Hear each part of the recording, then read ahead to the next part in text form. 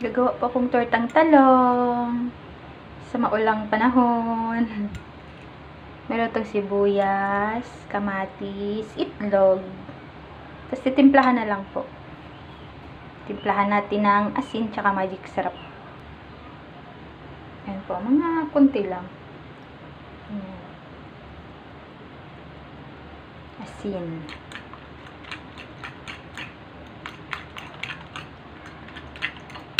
Kasi yung magic syrup, maalat na rin po yun. Tapos ngayon, mag-add naman tayo ng magic syrup. Ito po.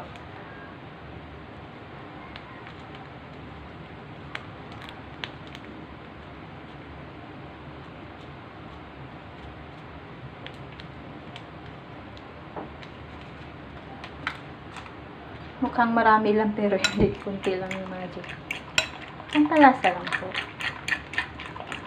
Halo-halo lang, halo-halo. Halo-halo lang. Tapos titikman lang kung swak na sa panlasa mo.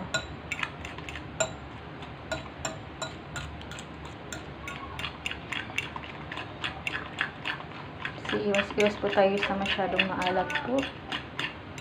Kasi mahirap nang sakit ng kidney failure. Naku po, Diyos ko. So, halo lang.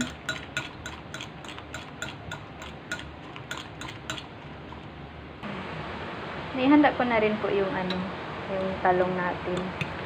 Sige, halo-halo lang. Tapos titikman na lang. Tikman natin kung okay na ba yung lasa. Okay na. Ito yung ating tatlong talong. Nga po pala, bihira lang ako bumiling tortang talong sa labas kasi nagagala po ako. Lagi po ako nakakabili ng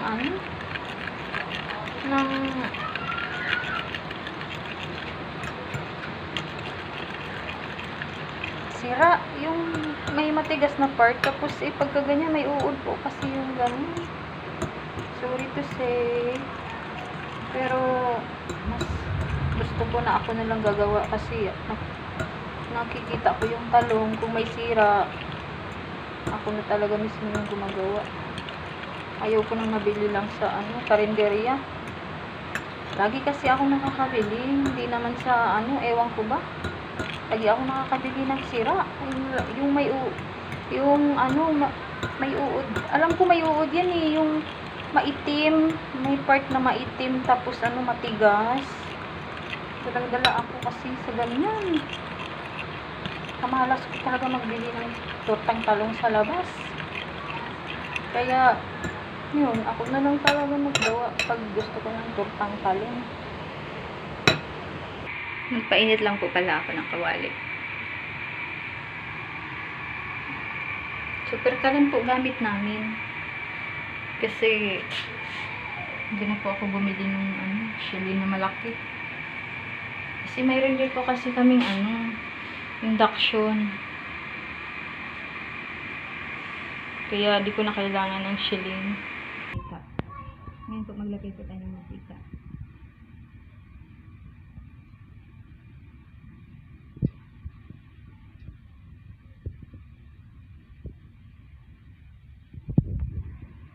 Tama na yun. 3 lang naman yun.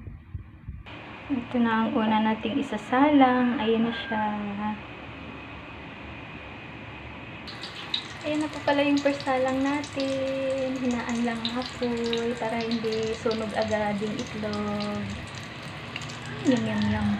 Nabaligtad ko na guys. Diba? Perfect. Ang ganda.